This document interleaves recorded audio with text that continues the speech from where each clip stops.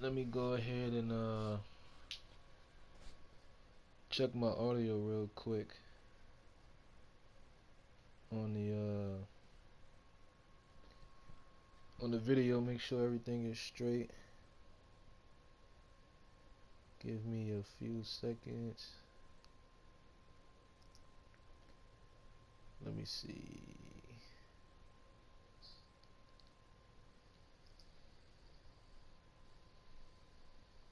Give me a few seconds. All right.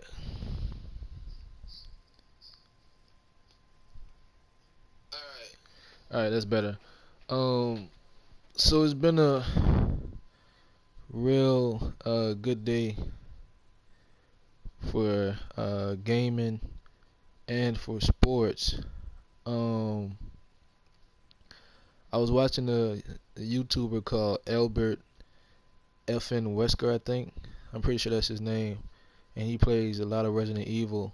And the Resident Evil 2 remake um, just got released in different countries. So if you switch your time zone, you can play it early in the United States. And I watched him play it, and it looks like, well, not looks like, but they changed it to where you're now playing like Resident Evil 7, but it's still Resident Evil 2 as far as the different, well, the as far as the story and all that, but as far as the camera angle, it's more like Resident Evil 7. And I'm excited to watch that, so I'll definitely be watching him play that.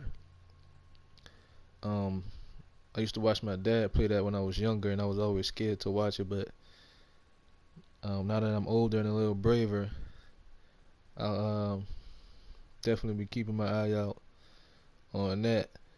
Um,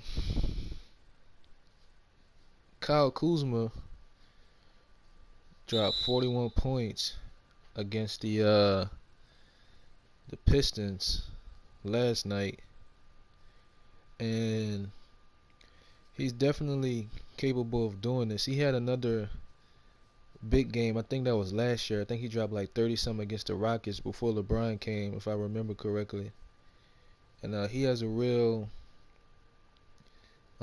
he has a bunch of different ways he can score. He can shoot the mid range. He can shoot the 3-pointer. He has a bunch of floaters and different hook shots when going to the rim.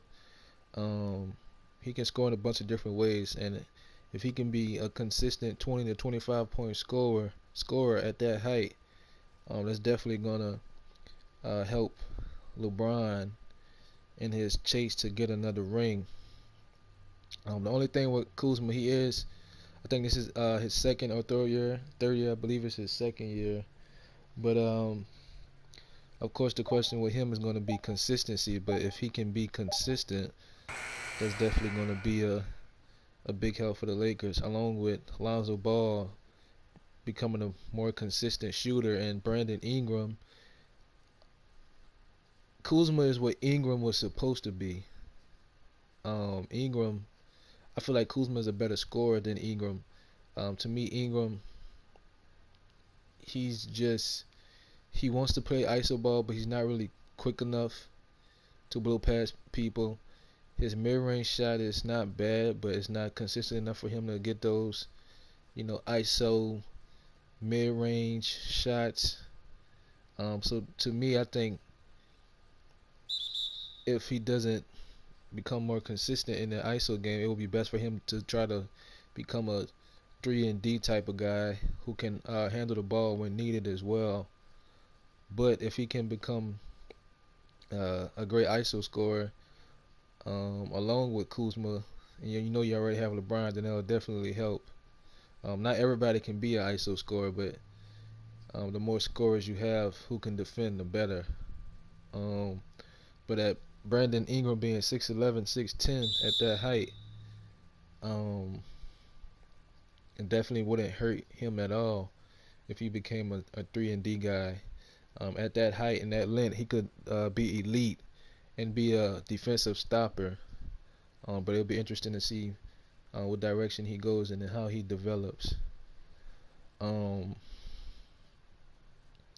Another thing with Kuzma is that he dropped that 41 points in 3 quarters. And I was looking at the stats last night, and if I'm correct, he was very efficient with getting that 41 as well. Um, Let me go ahead and pull up the box score. He shot 16 to 24, so that's 50% from the field, and he also shot 5 for 10 from three. So he was just on fire. He had 6 free throws, but he only made 4. Um, Lonzo only had 5 points, but he had 11 turnovers. But he has to definitely improve his scoring. Josh Hart had no threes. He had 2 points. So besides Beasley, Kuzma really put the team on his back. And that's good because it's showing the Lakers what they have and what they need. So it's definitely going to be, like I said earlier, interested to see how they develop. The Celtics beat the Pacers last night, but they lost to the Miami Heat tonight, 115 to 99. And Kyrie Irving was pretty efficient, 10 for 19. Jason Tatum was not very efficient, along with Gordon Hayward. He was in the 40% range, but I'm trying to see where Miami beat them. Oh, well, the Celtics only shot 40% from the field. There you go, right there, and 35% from three, while the Heat shot 48% from the field and 46% from three. So there's your game right there. To me, I believe the Celtics have maybe too much talent. Well, not too much talent. It's just they're giving up a lot more points than they should because Gordon Hayward, he's still coming back from injury. He's still, kind of getting the flow into things. And I think he won't really be back to his full self maybe until next season. But when you have a lineup of Kyrie Irving, Jason Tatum, and Gordon Hayward on the floor, that's 3 guys who are not really too good on the defensive end. I think it would be better if they put Jaylen Brown and they just have too much talent because Tatum is good at scoring. He can play okay defense, but Jaylen Brown's the better defender, but he's not really as good at scoring as Tatum. Gordon Hayward, you're paying him all this money, so you kind of want him to get back to where he was before the injury, but it's taking a lot longer than expected. So it's definitely going to be interesting to see how things develop over in Boston with that team. They can still come out the East, but with Milwaukee and with the Bucks and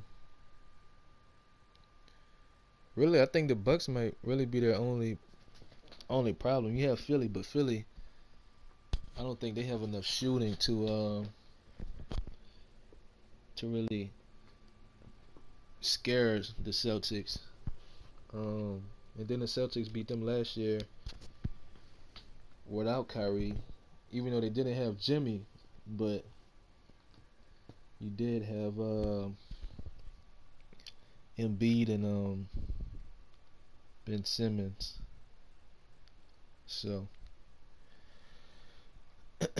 we'll see. Another thing that I saw that was kind of confusing is that the Jets hired Adam Gase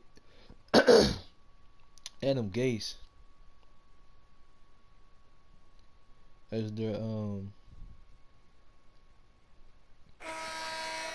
head coach, and I'm not I'm not sure why they would do that, because just looking at his record, he was the head coach in Miami from 16 to 18, and I don't think Miami ever made the playoffs. His regular season, well, they probably, well, yeah, I think they made the playoffs once, and they lost. But in the regular season, he's 23 and 25, which is horrible. Um,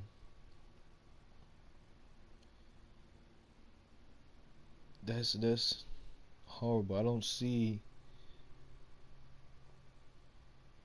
what he has done to become a head coach, besides in his first season when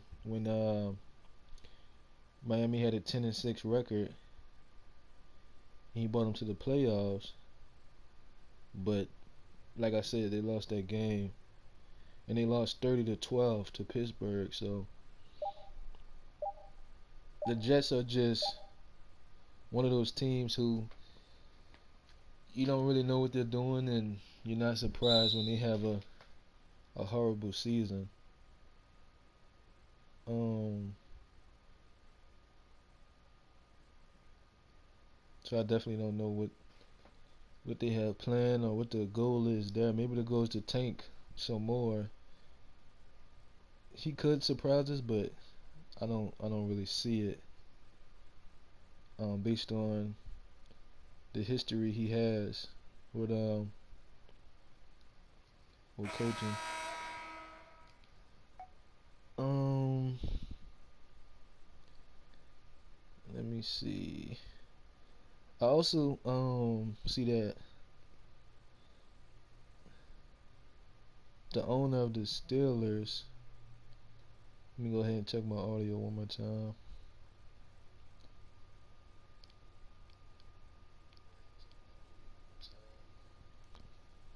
Let me see. He's 23 and 25, which is horrible. I also see that the owner of the Steelers, he he said that Antonio Brown probably won't be back with them in 2019. Um, and he's the owner, so with him saying that, we have to be on the lookout to see what trade is going to be made with the Steelers and whatever team they decide to trade with. Um, he said he won't be released. I think that would be a bad move if they release him. They have to get something back for him. But at the same time, with the way Antonio Brown has been acting, you can't really be mad at the Steelers organization for wanting to do that. Um, Things can change and they can wind up keeping Antonio Brown, but he's been having problems with the team for years on years, and then with the whole Le'Veon Bell situation, you don't want to. It's basically turning into a culture for them, to where if you have a problem with the coach or the way things are going on offense, you just start crying and sit out or something like that. You just don't want that to be the focal point of um, what your players are seeing, and seeing them get away with it.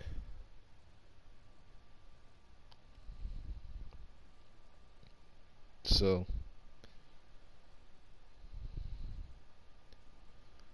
we'll see. Definitely going to keep my eye out on that. But there wasn't really too much going on today. So I think I'm gonna go ahead and end the stream, and see y'all in the next video.